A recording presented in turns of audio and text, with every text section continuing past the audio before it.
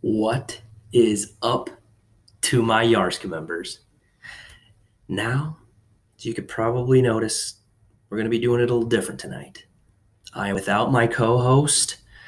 I gave KG for TN the week off. Allow him to mourn Derrick Henry in peace.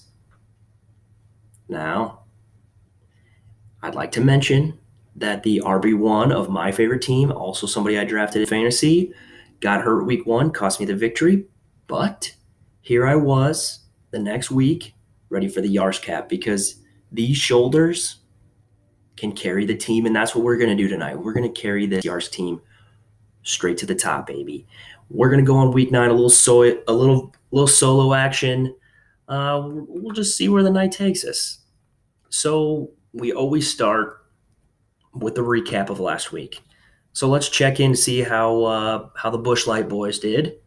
Earl, Busch Light division. Ooh, a nice little 25-point victory. Okay. Luddy, Busch Light division. Ooh, 45-point victory. Nice. What about, Ross, a 30-point victory for the Busch Light division. Okay. And wow, Pooty, another Busch Light 40-point victory. Wow, Busch Light.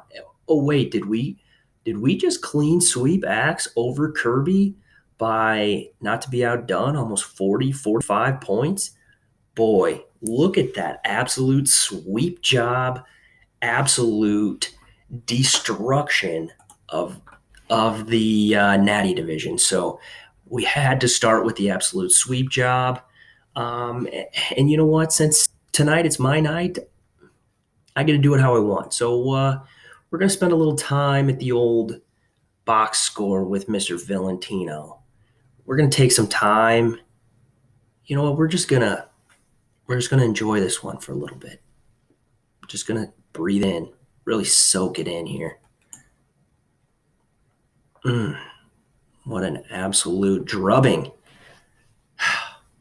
Almost brings a tear to my eye. God, it doesn't get better than that. Valentino talks a lot of game, can't back it up. So, boy, did it feel good to body bag Mr. Valentino.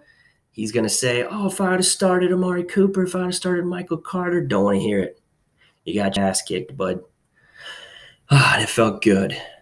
So with that, usually we move into our trade section, which, hard to believe, no trades the last 2 weeks. It's like, what are we doing? Are people still out there? It's like knocking on the window pane. People, are you still out there? Let's see some trades. Let's keep making those teams better. Give us something to talk about. Now, Kirby did send me his power ranking sheet. And I am going to pull it up here.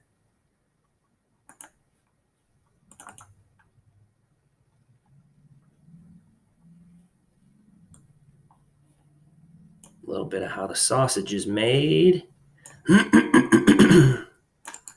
Usually Kirby's got this done ahead of time, but don't worry. We'll carry the team. Might be a couple stumbles along the way. I got this. All right. Here we have the power rankings. You can see where people were at last week. And this week he's going to start the exact same. Jared, I'm sorry, but there's really no conversation. I think even based on ESPN's numbers, I'm not sure if you even mathematically have a chance to make the playoffs anymore. So that might have we might have our first Sacco member locked in. I'm not sure about that. Don't quote me there. But let's keep moving through. Now, we've had Axe since week 5 occupy the number 9 spot. Well, guess what? That is no longer, this pains me to do it, but after 3 consecutive losses, you are now at the bottom of our logjam. Sacco. You've averaged 86 points over the last 3 games. It's just not going to get it done. And with that said, we've got a team going in the absolute opposite direction. Axe, after a just horrific start, 3 straight wins, averaging 112 points over that time. We're talking about getting Chubb back. We're getting Saquon back soon. So we got these two teams moving in total opposite directions. We got arrow down. We got arrow up. Now the rest of this, golly, is it tight? And this pains me to do it. I got Schultes at 4-4, and it's honestly less of an indictment of Schultes' team than it is on the next guy, and I'll just throw him up here. You know, somebody out of this logjam is going to miss the playoffs. Right now, we're splitting hairs trying to figure out who it's going to be. But right now, I've got Pooty sneaking his way in. He's only one game outside of playoffs. He still remains the highest point scorer. He has that scary lineup with Cooper Kupp and Dalvin Cook. So I know he lost Calvin Ridley for who knows how long this week. But yeah, still a scary matchup. So I've got Pooty just sneaking in. So now where do we go from here? I've got Luddy, 5-3. Nice win over Schultes, sitting very good heading into a matchup with Jared. Now, nothing's a lock in this league, but you got to feel pretty good about yourself. Sitting 5-3, heading into a matchup against Jared, could put you 6-3, could put you one game outside of that 7-win mark that we've been talking about. So he could be the one that gets over that win threshold first. We're not sure. We'll have to keep our eye on that. Now, next question is, how far was this guy going to fall? That was the true question. I mean, obviously the big news is we lose Derrick Henry. Then you kick the man while he's down. No Michael Thomas. We got Antonio Gibson banged up. 2 consecutive losses, scores 68 points. QB or no QB, that's just not going to get it done. And he's about to head into a matchup with the highest scoring point scorer, Mr. Pudens. So things are sliding down the hill quick for KGTN. Can he get it turned around? My co-host has spent a lot of time at the top of the rankings, but not this week. Now, top 3, where you want to be, Mr. Tino. Now, got actually shit on last week, but still has a solid team, still in the thick of things, especially with Kirby losing over there, still in that bye battle over on the Natty division, despite getting demolished last week. He gets CMC back soon, then that he can pair with Najee, Josh Allen, and honestly a wide receiver group that has exceeded my expectations 20-fold. So despite the absolute drubbing last week by against Valentino, you know what? I still got him top 3, who was destroyed by Yaman Earlbeck. Now, we had a tough couple weeks down below this bar, but we're back, bitches. So love to see the squad rebounding nicely. 2 straight wins.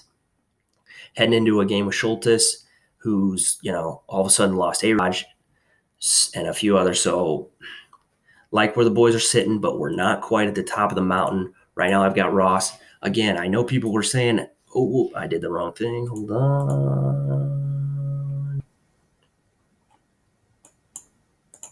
There we go. Got that corrected. We got Ross, and people were saying, he had a tough stretch in there, but he's rebounded nicely. Wins against Kirby and Sapp. He's got Elijah Mitchell, who looks like he's rounding into form. Not to mention Cordero Patterson and Zach Moss have looked really good. You pair that with Swift, Debo, Kyler Murray, and Travis Kelce, and I think he's got himself right now what looks like the favorite in the Week 9 YarskCap Power Rankings. Whew. What a beautiful sight that is. So now where do we go from here? We'll wrap it up with some Week 9. Scoot me over here. Let's look at some matchups. And I think we got some sneaky good matchups. Me and Schultes, 4-4, 5-3. We've got Axe and Sapper. Now, some might remember that this is a rematch of the Sacco Championship last year. So I'm sure Sap's going to want to get a little revenge. I asked tonight if we could see a picture of that trophy, that beautiful trophy. He said he was out, so who knows what's going on there. We're gonna have to do a audit over there, make sure he's publicly displaying like the agreed upon procedures. Then we've got what is a reminder, or what I might remind people is a rematch of the Yarski Championship last year. So I'm sure Kirby's going to want to stop that snide that he's on right now, 2-game losing streak. My fearless co-host, who's RIP this week. We've got Pooty, who has looked very solid lately, scoring the most points. So, and I'm sure he's going to look to defend that championship belt. Win that championship. Kirby's going to want to get a little revenge. So that's going to be another good game. But the one I've got circled, I've got Built and Ross circled as the game of the week this week. Let's take a peek at the matchup. Now, we've got some boys who are absolutely battling adversity right now. Scooch over here. Let's peek in on the game. 7-7. I've got Colts minus 10, so I don't love to see that.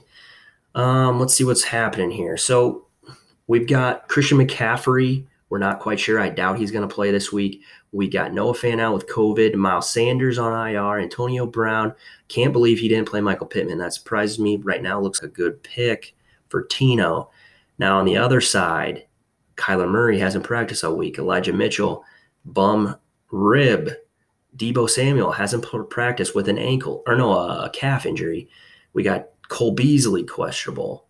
So boys battling some absolute adversity, but this is the game of the week. I think it's going to go a long ways in determining who comes up with that belt at the end of the year. So, yeah, that's what we've got.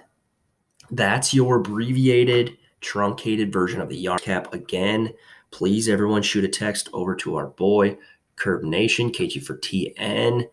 Tell him to Mike White's chucking touchdown bomb. Hate to see that. So yeah, everyone send a nice little prayer towards Kirby. I think he really needed it this week. He needed the week off, needed a reset mentally. Yeah, it's tough to see your RB1 go down. Like I said, I've already dealt with it, but you know what? Some people just have the shoulders to carry the team, and that's what I did tonight. Put the team on my back, got that YarskCap in, because we are for the people. Love, boys. Peace.